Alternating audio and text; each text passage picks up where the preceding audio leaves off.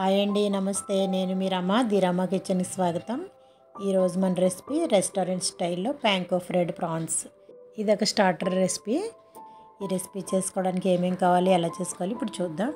ఈ రెసిపీ చేసుకోవడానికి కావాల్సిన పదార్థాలు: ఉడికించి పక్కన పెట్టుకున్నటువంటి ప్రాన్స్, ఎగ్ ఒకటి, బ్రెడ్ క్రమ్స్, కొంచెంగా మైదాపిండి.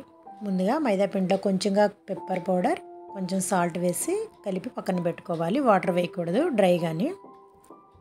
ఇప్పుడు ఉడికించుకున్నటువంటి ప్రాన్స్లో టేస్ట్కి సరిపడా సాల్ట్ వేసుకోవాలి. అలాగే కారం, పసుపు, గరం మసాలా పౌడర్, కొంచెంగా పెప్పర్ పౌడర్ కూడా వేసి ప్రాన్స్కి అంతా పట్టేలాగా ఒకసారి బాగా కలుపుకోవాలి. కలుపుకొని పక్కన పెట్టుకోవాలి.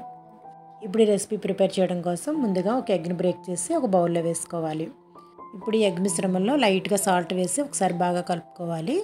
కలిపిన తర్వాత మనం రెడీ చేసి పెట్టుకున్నటువంటి ప్రాన్స్ని ఒక్కొక్కటిగా తీసుకుని ముందుగా మైదాలో వేసి ఒకసారి కోట్ చేసుకోవాలి. తర్వాత వీటిని ఎగ్ మిశ్రమంలో కోట్ చేయాలి.